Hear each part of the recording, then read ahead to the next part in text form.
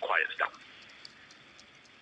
Okay, so it's get ready for a little bit more volatility. Koen Hai, thank you so much for being with me this morning. 640 is the new lower bound for you. Koen Hai Hang, Head of Market Strategy at United Overseas Bank, my guest host this morning. Plenty more to come right here on Daybreak Middle East. This is Bloomberg.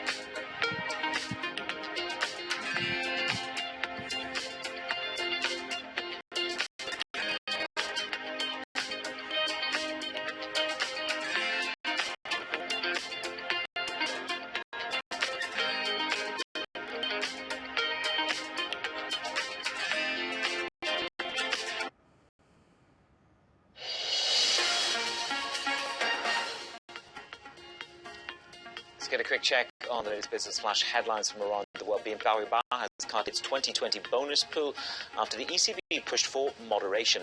The European banking regulator is pressuring large lenders to exercise restraint as the region recovers from the pandemic's economic hit. BNP's revenue was stable in 2020, but the net income slid. Deutsche Bank has also been told to rein in bonus plans. Netflix's crackdown on password sharing is sparking questions among analysts about how it will impact the market share. The stock has underperformed the Nasdaq 100 for several months as rival services add millions of subscribers. Analysts say the move may boost revenue but could also dampen its pricing power. It might also increase the risk of users shifting to other streaming services. And News Corp says it's reached a 3-year deal with Facebook on news access in Australia. It includes the country's own national newspaper, plus publications in capital cities and online.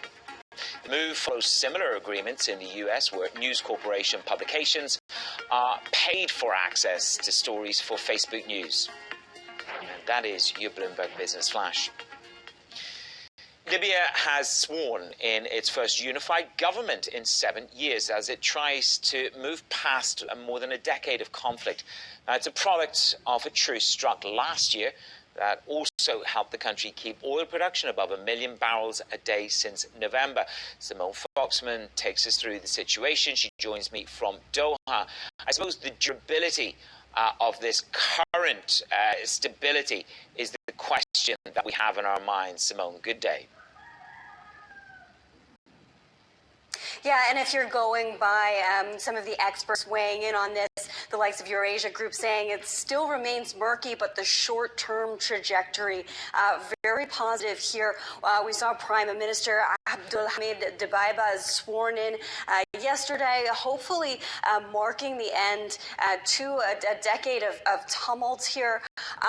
And there's buy-in from a lot of different sides, a lot of different political factions, as well as the international community for this government to move forward. Now, Dabaiba, as well as a council of 3 government ministers, their chief task is moving forward with elections, those scheduled to happen December 24th, but of course this subject to delays. And the concern is that political factions that seem so on board with the situation right now may begin to fracture, but at least for now, the government has the buy-in from Khalifa Haftar. That is a good thing, has the buy-in from the international community, so we have to kind of hope that holds in the interests of peace for the country. Also, potentially adding, in terms of producing oil, this is a bullish in the sense that Libya will continue to produce oil as long as this peace seems to continue to hold right now, as you've mentioned, producing more than 1 million barrels a day since November. And let's shift the attention to the other regional energy for a moment. The natural gas, it's in your backyard. So what's at play in the market right now? Yeah, you know, we saw that dramatic spike in prices earlier in the year when there was so much demand amid cold weather really around the world, first in Asia, then Europe, and then, of course, in the United States. We've seen that moderate a little bit over time. And so the question as we head into the summer months where there's just less demand for heating capacity is how much storage does Europe have? Right now, we are essentially, is a percentage of overall storage, the natural gas that Europeans have is less than the 10-year average. So they could be pushed to import more oil, not only via pipelines, but also via LNG. That would obviously be beneficial to folks in this region. You know, we are also seeing changing dynamics in Asia, a lot more folks moving towards the spot market. A couple interesting things at play. We expected this to be a volatile year for natural gas, and so potential to see volatility ahead as we head into these summer months. And we're getting some new economic data coming through on inflation for our region. What have we got? Yeah, Israel reporting CPI data for the month of February. Consumer prices essentially unchanged from a year ago. And Qatar as well coming in with a number down 1.4% from a year ago. But that's actually sort of a slowing in deflationary momentum. And we're watching these numbers specifically across the region, not just Israel and Qatar, because we're looking for signs of increasing consumer demand. That is the what this is essentially being read as proxy for, considering what happened with the coronavirus and just the decline in consumer spending, not only in the region, around the world. So at least what we're getting from Israel, what we're getting from Qatar, is seeming to signal that there is at least a slowdown in the decline. We are going to watch as the rest of the numbers for the region roll out for the remainder of this month.